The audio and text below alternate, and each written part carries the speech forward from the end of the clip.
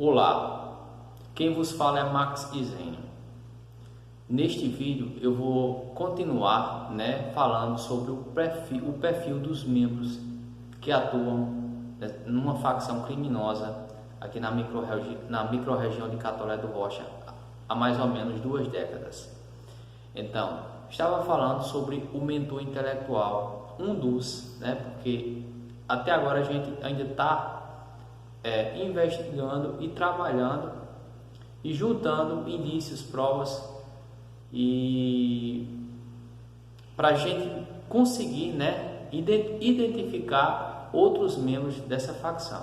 Então, um desses mentores, um advogado, ele, pelo fato dele ter essa prerrogativa, ele utilizava de forma ilegal, ele, através da justiça, ele oprimia as vítimas e ao mesmo tempo ele ameaçava a população para que a população mantivesse o silêncio, Então, eu vou dar um exemplo. Alguém estava sendo perseguido por membros de organização criminosa, dessa facção criminosa, algum membro da família Veras, por exemplo. E eles se irmavam com essa pessoa e começavam a persegui-la, perseguir a esposa, perseguir filho, perseguir tudo, negócio, tudo que for relacionado àquela pessoa, eles começavam a perseguir. Aí o cidadão se via ameaçado, com a sua vida ameaçada, com sua família ameaçada. Muitas vezes esse cidadão acabava portando de forma ilegal uma arma de fogo, porque alguns não tinham como mobilizar um processo na justiça, tinha que constituir um advogado, era demorado e muitas vezes eles estavam correndo o risco iminente, Então eles acabavam de alguma forma portando arma de fogo ilegalmente. Aí o que acontecia? Esse advogado, ele fazia a denúncia, ele impulsionava, instigava a justiça para que a justiça tomasse providência contra aquele cidadão. E acabava que a polícia prendia aquele cidadão que estava portando arma ilegalmente, e claro, um procedimento de praxe, legal. Porém, por trás desse procedimento existia a figura desse mentor intelectual, desse advogado que utilizava esse recurso legal de forma ilegal, de forma que viesse a prejudicar ainda mais a vítima que estava sendo perseguida por aquela facção criminosa.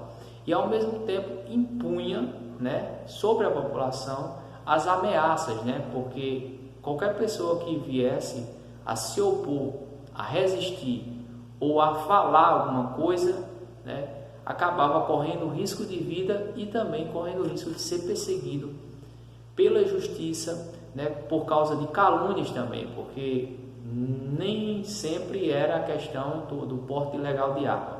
Muitas vezes era a questão da calúnia também, Eles criavam, forjavam crimes também, muito experientes em tudo isso, porque a gente tem um advogado criminalista que já vinha com uma amizade muito íntima com os principais membros dessa organização criminosa há muitos anos, Claro que o advogado ele tem o direito de defender um criminoso, isso está na lei, seguindo os preceitos legais. Claro, existem os preceitos legais que devem ser seguidos, Não pode se defender um criminoso ou qualquer pessoa de qualquer forma.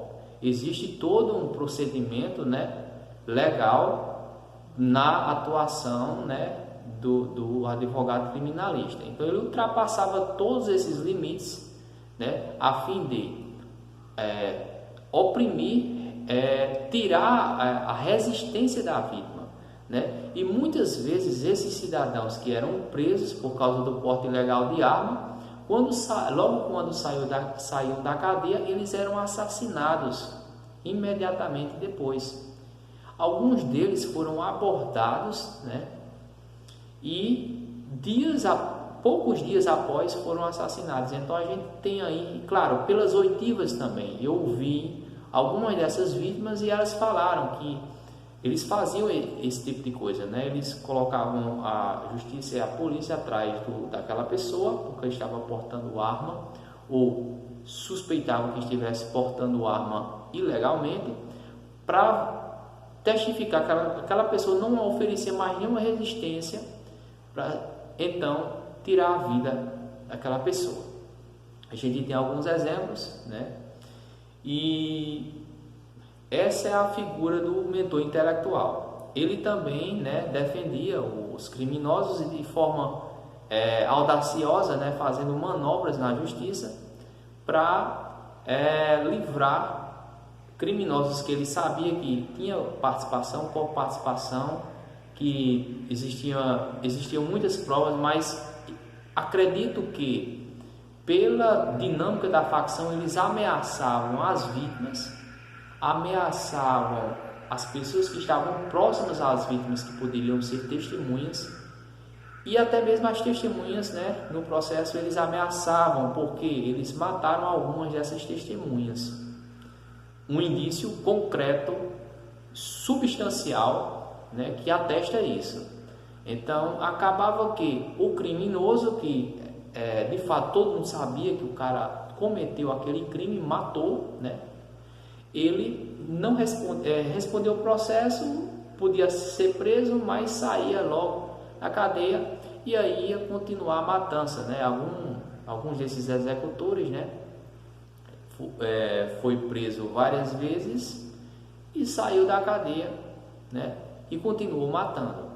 Então aí está a figura do mentor intelectual dessa facção criminosa. Ele era a ponte, né? Então, quando a gente começou a trabalhar, a primeira figura que eu tive que neutralizar com a ajuda do poder, com a ajuda do Estado, foi justamente esse mentor intelectual, porque era ele que estruturava tudo, toda a dinâmica da facção, né? Então, existem também os executores. Os executores são os criminosos que finalizam o projeto, né, o plano criminoso, né, que geralmente são ex-presidiários, né, logo quando o indivíduo sai da cadeia, né, ele está querendo dinheiro e através daquela figura daquele advogado, do mentor ou de outro executor que tinha intimidade com esses criminosos que saíram da cadeia, oferecem o dinheiro, né, sujo para que eles possam, e também oferecem a arma para que eles possam ir lá e tirar a vida da vítima. Então nós temos, inclusive, a gente tem aqui, até um tempo desse a gente tinha uma proteção muito grande em relação a alguns desses executores aqui na própria cidade, né? Eles tinham várias regalias, que isso a gente está neutralizando completamente, querendo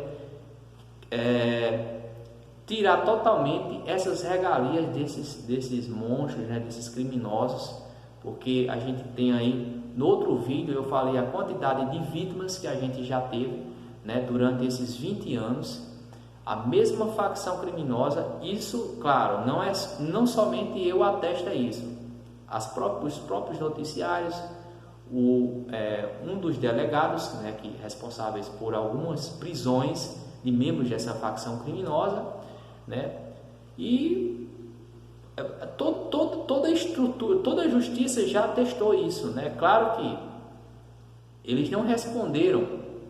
Eu estou olhando aqui porque o vídeo parou. Sim, para sim.